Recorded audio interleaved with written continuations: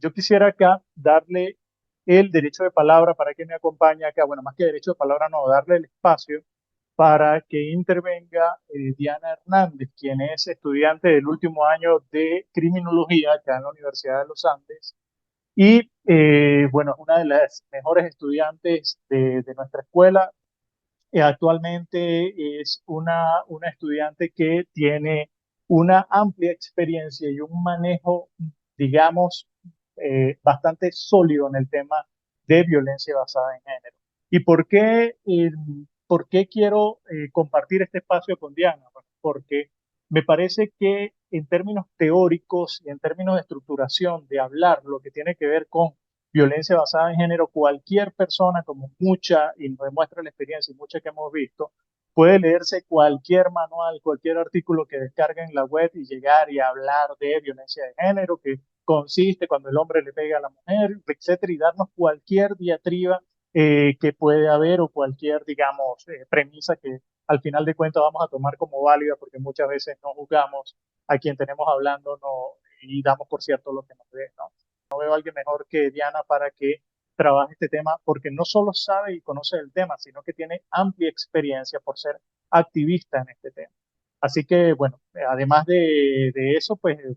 una prueba empírica de yo como empirista les presento de la calidad de los estudiantes que tenemos en nuestra escuela de tecnología. Así que les dejo a Diana para que comparta con ustedes su visión y su exposición sobre la violencia basada en género, que es parte además integrante de este seminario que tenemos acá. Así que Diana, bienvenida, adelante, el micrófono es todo.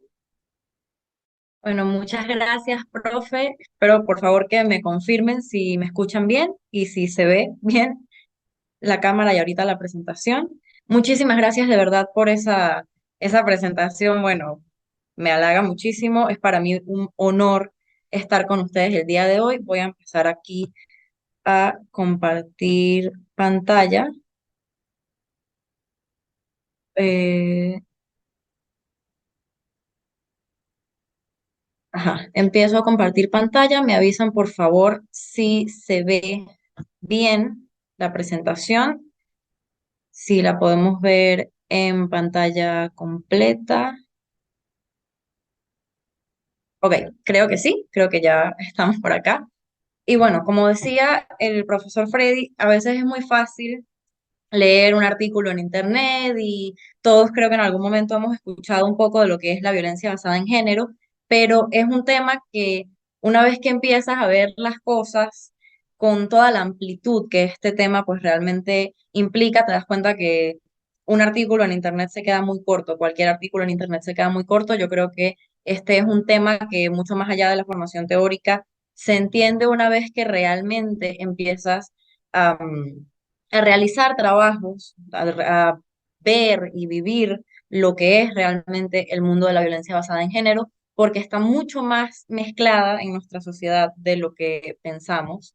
Y bueno, por eso quería iniciar con un concepto que me da risa que ahorita que viendo la presentación del profesor, siento que el concepto que yo está un poco tomado del concepto que da la oficina de ONU Mujeres, con un poco de lo que yo he podido construir en mi formación en estos temas, se parece mucho al concepto en general de violencia que estaba dando el profesor, que para hablar de violencia de género hablamos de cualquier acto dañino, cualquier acto que tenga la intención o el resultado de agredir o alterar a una o varias víctimas, una acción que puede ser individual o colectiva, que esté motivada por razones de género. ¿Qué es motivado a razones de género? Es que para hablar de violencia basada en género, debe entenderse que la sociedad está estructurada de manera diferencial para hombres y mujeres, que terminan resultando en una posición, digamos, desventajada a nivel sistemático para la mujer, lo cual hace que las mujeres, adolescentes y niñas sean consideradas o seamos consideradas víctimas especialmente vulnerables, igual que sería el caso, por ejemplo, de los niños, el caso de las personas discapacitadas, porque digamos que es una población que para el sistema social en el que vivimos no se encuentra como, digamos, en el tope de la pirámide. Y además hay que hablar que dentro de la violencia basada en género existen varios subtipos de violencia que están directamente relacionadas, todas las que conocemos y las que probablemente no, están relacionadas con los estereotipos de género.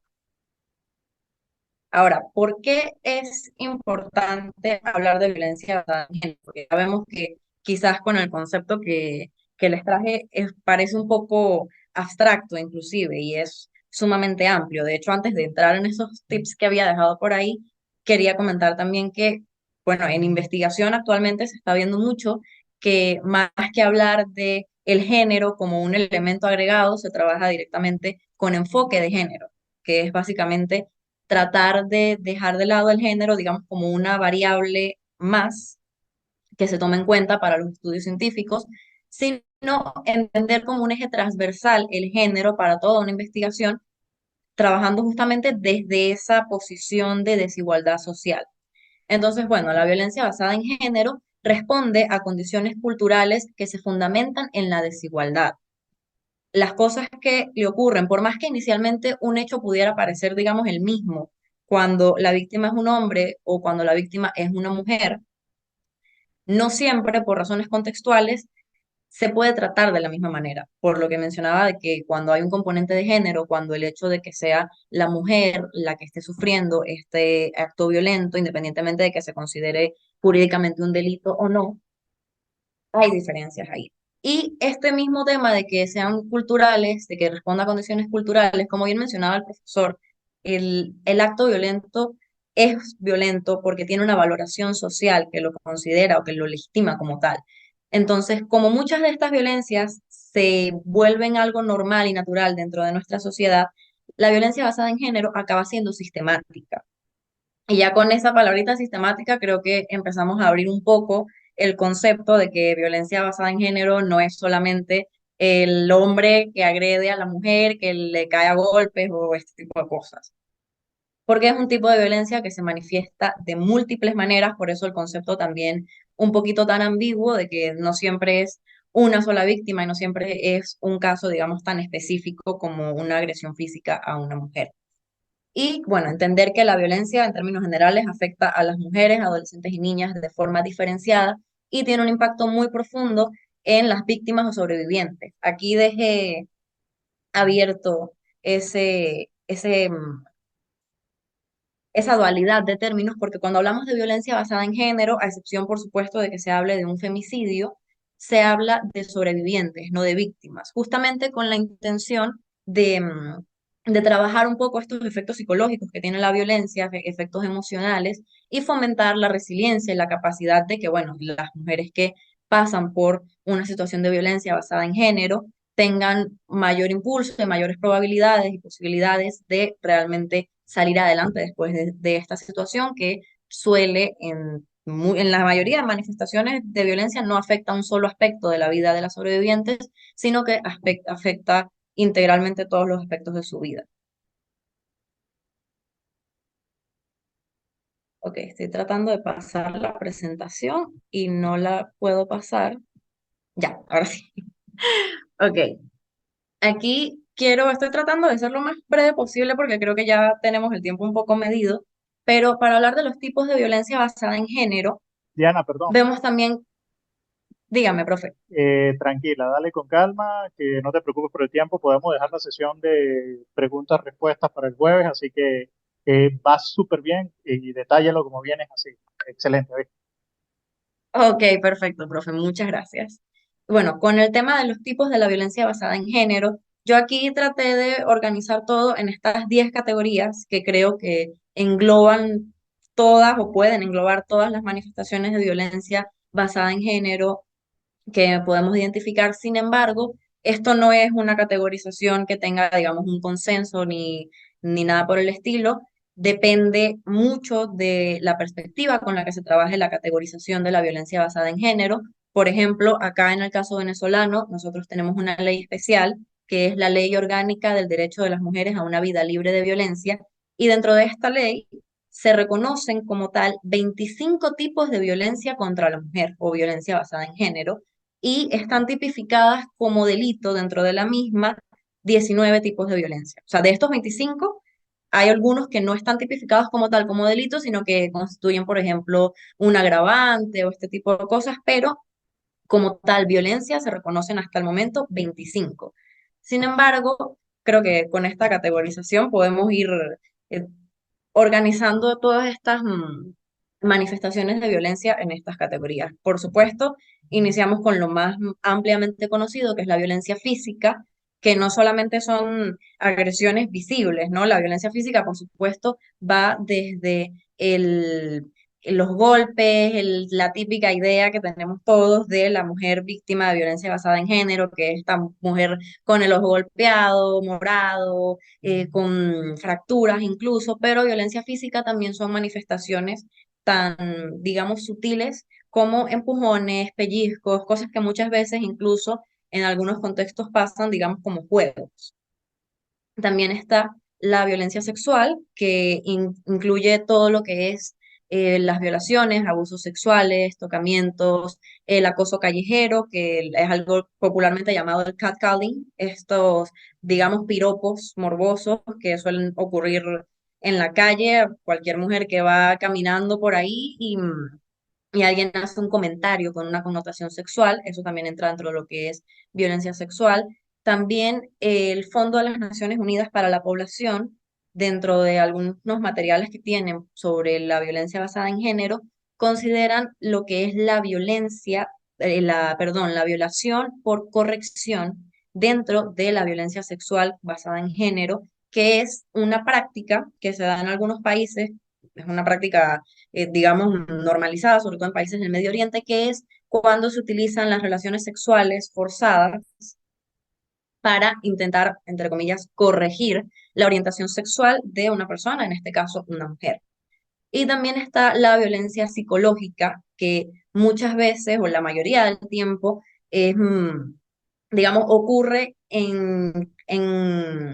compañía de violencia física, sexual u otro tipo de violencias, pero también por sí sola es una violencia que tiene efectos muy profundos en lo que es el desarrollo y el bienestar emocional de las víctimas. Dentro de lo que es violencia psicológica, también actualmente en Internet hay mucha información sobre, digamos, dos ejemplos que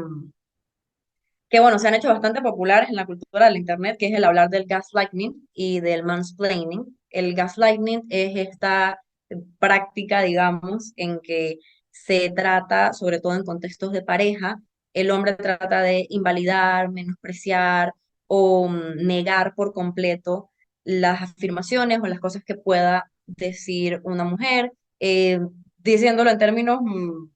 como decimos en Venezuela, criollitos, hablando muy casualmente. El gaslighting sería como ese tratar de convencer a la persona, en este caso a la mujer, de que está loca, de que está mintiendo, de que no está diciendo la verdad. Y esto puede parecer algo muy sutil o muy bobo, así como de buenas a primeras, pero realmente esto puede llegar tan lejos, estas prácticas pueden llegar tan lejos que incluso las víctimas se involucran en tratamientos psiquiátricos porque sus agresores las convencen de que están desorientadas o de que están teniendo problemas de memoria o de que están inventando cosas. Entonces los efectos de la violencia psicológica sí se trasladan al mundo real. Y el mansplaining, que es otro ejemplo muy bueno para hablar de violencia psicológica, esto sí suele darse un poco más en contextos de trabajo, en contextos laborales, pero ambos ejemplos, igual que cualquier tipo de violencia, puede ocurrir en una variedad de espacios, ¿no? El mansplaining es este menosprecio o esta invalidación de la capacidad profesional de una mujer por un hombre creerse solamente porque es un hombre en condición superior. Por ejemplo, vamos a plantear el escenario que hay un equipo de trabajo y lo dirige una mujer, está presentando los resultados de un proyecto y otro compañero del proyecto, hombre, la interrumpe y empieza a explicar o sobreexplicar lo que ya esta persona venía explicando porque no considera que esté realmente en la capacidad para manejar el tema independientemente de su experiencia o su participación en el proyecto. Esos serían dos ejemplos ahí como para hablar de temas grandes dentro de la violencia psicológica. También está la violencia económica, que es cuando se busca generar la dependencia económica de la víctima hacia el agresor para que ésta no pueda o se vea en la necesidad de seguir en ese espacio de violencia, de seguir en contacto con su agresor, porque no tiene cómo subsistir por sus propios medios, no tiene cómo cubrir sus necesidades básicas. Esto, de nuevo, sí es lo más común en contextos de pareja, que te prohíben trabajar, que no tienes acceso a dinero. Incluso hay casos donde la mujer trabaja, pero no tiene acceso a sus propias ganancias, a su propio dinero, y por ende está en dependencia de su agresor y no puede o siente que no puede hacer nada para salir de esa situación de violencia, que es distinta a la violencia patrimonial, aunque están bastante relacionadas, que es cuando se limita el acceso o se utiliza los bienes patrimoniales de la víctima para hacerle daño. Por ejemplo, el botarla de la casa, el que te escondan las llaves del carro, no te permitan utilizar el carro, es violencia de tipo patrimonial. El esconder tarjetas de crédito, pertenencias de valor, esconder joyas, por ejemplo, todo eso utiliza los bienes ya sea como una forma de manipulación o directamente como un medio para hacerle daño o para imposibilitar que esta víctima pues tome acciones y pueda salir de su situación, entra dentro de lo que es violencia patrimonial. Y está también la violencia vicaria, que es cuando se utiliza a los hijos de la víctima, particularmente menores de edad, estos suelen ser con menores de edad, independientemente de que el agresor sea el padre o padrastro de los niños o que sea otra persona, puede que sea de la familia o no, que tenga algún vínculo de relación de pareja con la víctima o no, pero es cuando se utiliza a los niños para llegar a la víctima o para hacerle daño a la víctima. Por ejemplo, que amenacen con matar a los niños si no vuelve la víctima con el agresor, por ejemplo. O que en otro caso, un acosador que para intentar llegar a la mujer que quiere victimizar, a la mujer que realmente quiere acosar, siga a los niños a la escuela, les tome fotografías, utilice a los niños para llegar a la mujer, por ejemplo. El femicidio voy a dejarlo de último junto con la trata y la explotación y vamos a pasar con lo que son las prácticas culturales que todavía están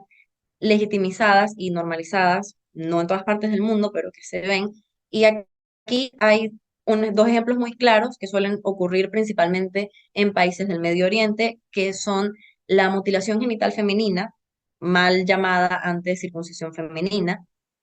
y el matrimonio infantil forzado. Igualmente, el matrimonio infantil forzado es un problema latente también en Latinoamérica y son prácticas culturales que, por supuesto, sobre todo con el matrimonio infantil, no solamente afecta a mujeres, a niñas y adolescentes, también afecta a niños, pero sí son tipos de violencia o sí son prácticas que involucran mucho más a la mujer y tienen un daño mucho más profundo para la mujer. Y también hay prácticas que, digamos, no son tan gráficas o tan explícitas. Y esto es un ejemplo que lo venía pensando durante la información, la intervención del profesor Freddy, como por ejemplo lo que es la hipersexualización de la mujer. Nosotros estamos en una sociedad que está muy acostumbrada a ver el cuerpo de la mujer particularmente como un objeto sexual, como un objeto de placer. Y eso equivale a que, por ejemplo, si una mujer es agredida o es, es abusada sexualmente, ese tipo de prácticas, la hipersexualización de la mujer, es lo que hace que sea tan normal escuchar, ah, pero cómo ibas vestida.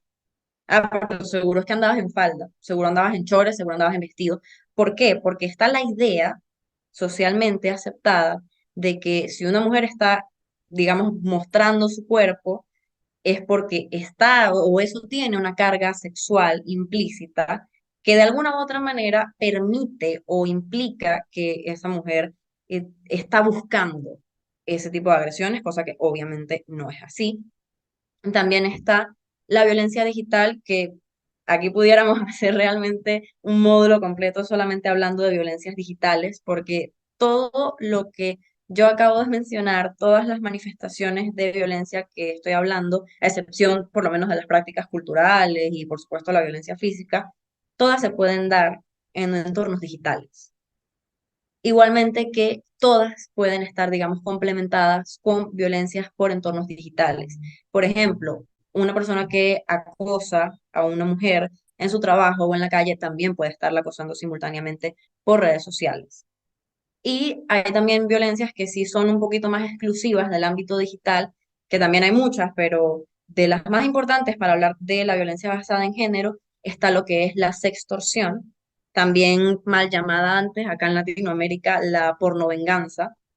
que no es ninguna pornovenganza, es la difusión de contenido íntimo, sexual, explícito, sin consentimiento de las víctimas o la sola amenaza de la difusión de este contenido. También está lo que es el sexting, que es una práctica que suele afectar más a adolescentes y niñas, que es este intercambio de mensajes, ya sea de texto, foto, video, cualquier material explícitamente sexual o cualquier material pues, que busque una interacción sexual con la víctima, por supuesto, de manera no deseada. Y está también el doxing, que esta es una forma de violencia que no se habla solamente en la violencia basada en género, pero también es importante mencionarla dentro de este enfoque, que el doxing es cuando se publica información personal de la víctima que puede ponerla en una posición de riesgo también sin su consentimiento. Por ejemplo, que se publique en redes sociales la dirección de trabajo o de vivienda de alguna mujer. Y quise dejar para el final el femicidio y la trata y explotación, porque estas se consideran en sí las formas más explícitas y más crueles de violencia contra la mujer o violencia basada en género. El femicidio, como sabemos, es un homicidio por razón de género a una mujer, que de nuevo, no todos los homicidios no todos los homicidios a mujeres son femicidios, porque no es lo mismo que una mujer resulte víctima de homicidio en medio de un robo, por ejemplo, a que una mujer sea víctima de homicidio a manos de su expareja, que ya la había agredido previamente, que la había amenazado con matarla, que la mata porque ella no quiere volver con él. Entonces, cuando hay este componente de género, se habla siempre de femicidio. Y no sé si esto es una práctica, o sea, creo que es una práctica que se está haciendo común en toda Latinoamérica, por lo menos, pero no sé realmente o sea, si tiene un fundamento jurídico, pero se está buscando, por lo menos en México, entiendo que ya es así, que todos los homicidios a mujeres inicialmente se investigan como un femicidio. Hasta que no se descarte la posibilidad de un femicidio, no se empieza a investigar como, digamos, un homicidio común. Y la trata y explotación, que también es un tipo de violencia, no solamente con enfoque, o sea, no solamente hablando de violencias basadas en género, sino en general, es uno de los tipos de violencia más crueles que hay y afecta de manera diferenciada a mujeres y niñas. Actualmente el 56% de las víctimas de trata son mujeres adultas y el 18% de las víctimas de trata son adolescentes o niñas menores de 16 años. Y por lo general, la trata o el tráfico de mujeres tiene como fin la explotación sexual. Esta también es un ejemplo muy claro de cómo las violencias pueden ocurrir tanto en espacios físicos como en espacios virtuales, ya que actualmente la captación para las redes de trata no solamente se da en espacios físicos, sino que ocurre y cada vez es más creciente la captación por medios digitales. Bien, el profesor justamente nos estaba hablando de que los fenómenos sociales también se miden y aquí hay una herramienta que les quería compartir. Es una herramienta, esta que les estoy presentando, está cortada en tres partes para que pudiera meterla en la diapositiva, en la presentación, pero en sí esto es como una regla. Esta herramienta es el violentómetro, está desarrollado por el Fondo de las Naciones Unidas para la Población y está particularmente por el Ministerio de la Mujer en Venezuela. Esto es una herramienta que está libre en Internet, hay muchísimas versiones, todas más o menos iguales, la información es un poco la misma y lo que busca es justamente medir estas manifestaciones de violencia basada en género con un fin preventivo. Aquí vemos que está dividido por colores a medida que va aumentando la gravedad de la acción violenta, va haciéndose más oscura la herramienta y esto nos, o sea, nos categoriza, digamos, acciones que van desde el celar o el vigilar a la mujer hasta, por supuesto, el femicidio. Esta herramienta no contempla o no habla de lo que es la trata de personas porque está diseñada para, digamos, contextos un poco más de violencia de pareja, cosas un poco más uno a uno, cuando la trata es, pues, un ejemplo completamente diferente, pero es una herramienta muy útil para la prevención. Yo creo que si se hacen llegar los materiales y las diapositivas van a estar también disponibles, también pudiéramos colgar la herramienta completa para que la puedan observar y manejarla, que realmente yo creo que es maravillosa porque se ve claramente cómo las violencias tienden a aumentar, que es algo que sucede mucho con la violencia de género. no suele quedarse en una sola acción. No suele, si empezaste a ver ofensas en un entorno violento, lo más probable es que eso no se va a quedar ahí, es que va a escalar. Y lo más probable también es que no disminuya, sino que todo va en aumento. O sea, si ya la víctima está siendo intimidada, eso no va a reducirse a que sea ofendida nada más. Lo más probable es que eso aumente a que sea amenazada, acosada, chantajeada, controlada, etcétera, etcétera, etcétera.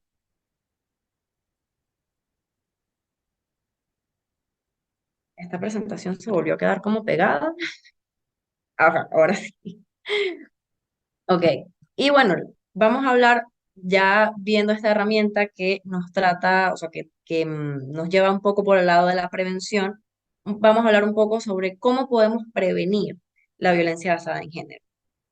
Cosa que yo creo que la mayoría pueden estar pensando, uy, eso está como difícil porque vemos que es muy amplia, hay manifestaciones muy amplias y digamos que no es como que hay una fórmula perfecta o una manera única de prevenir pues violencias con tanta variedad de manifestaciones, por supuesto. Pero aquí yo quise traer como un poquito de acciones que se pueden hacer desde lo individual, individual entendiéndose no solamente como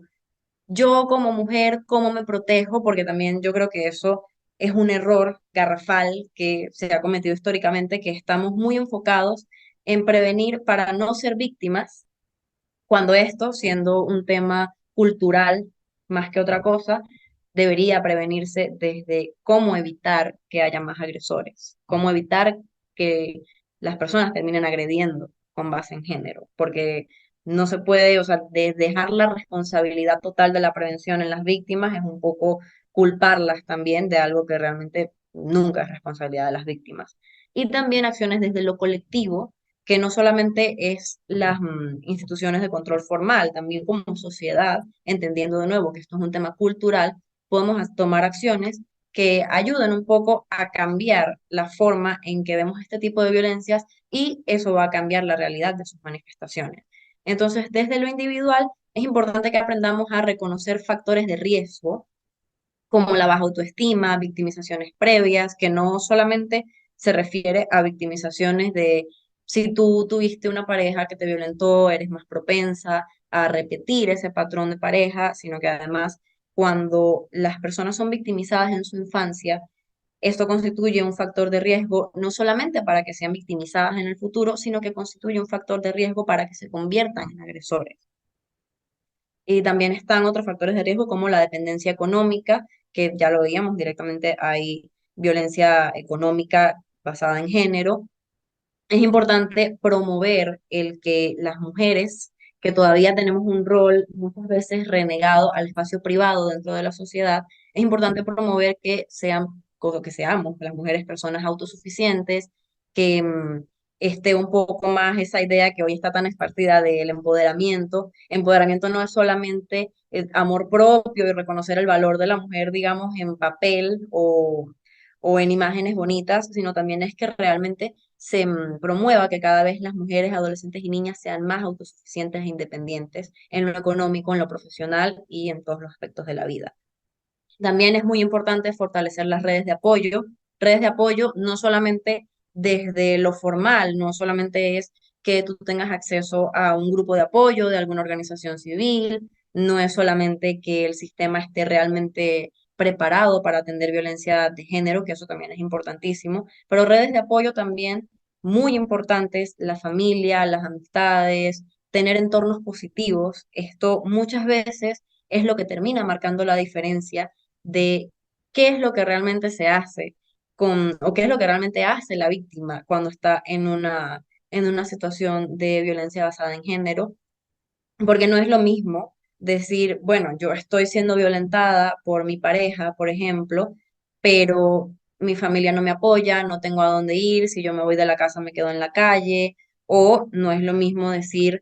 eh, me están acosando en el trabajo, mi jefe me está acosando, pero mis compañeros de trabajo no me apoyan, no me van a escuchar, nadie va a llevar una denuncia con eso, a tu saber que cuentas con un entorno seguro que te va a brindar no solamente o no necesariamente herramientas para que tú tomes acción dentro de la situación, sino que también va a ser un, digamos, un pilar emocional, porque estas son violencias o estas son situaciones que destruyen a las víctimas emocionalmente en la gran mayoría de situaciones. Y es muy importante que cuenten con un entorno seguro para esto. Y por supuesto, no ignorar las señales tempranas de violencia. Bien, teníamos el ejemplo del violentómetro ahorita, que lo voy a volver a poner, ajá, aquí. Muchas veces pensamos, no, pero es que los celos son normales, que te cele es normal, o incluso aquí, que te controle el teléfono, que te esté revisando el teléfono, que, que controlen cómo vas vestida. Y de nuevo, esto no solamente en entornos de pareja, por ejemplo, el entorno laboral también, que controlen de manera excesiva cómo van las mujeres vestidas al trabajo, cosa que no le pasa a sus compañeros hombres, por ejemplo. Muchas veces se considera que eso son prácticas normales y es importante empezar a reconocer que no lo son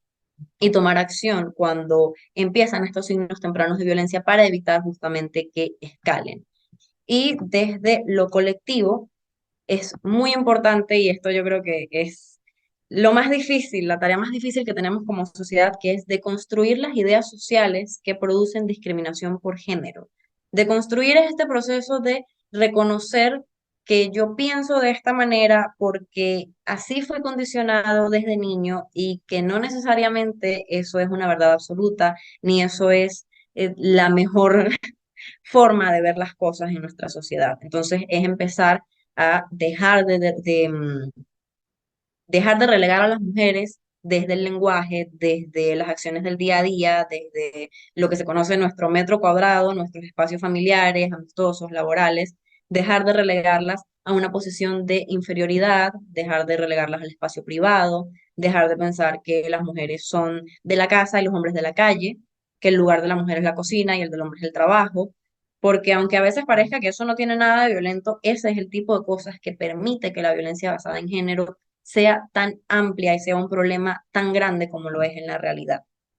Además, esto sí ya más ligado a lo que es el trabajo en instituciones como tal, es importantísimo sensibilizar a los funcionarios y a las instituciones como tal que estén en contacto con víctimas y sobrevivientes. ¿Por qué aquí hablo de nuevo de víctimas y sobrevivientes? Porque no siempre, y sobre todo, por supuesto, cuando hablamos de casos de femicidio, no siempre va a estar la víctima directa, que se considera sobreviviente, cuando no es un femicidio, por supuesto. Muchas veces está la hermana, la mamá, los hijos, personas que vendrían a ser víctimas secundarias de estos actos violentos, pero que muchas veces son igual de afectadas, ¿no? Entonces, es importante que los funcionarios y las instituciones que tienen la labor de atender este tipo de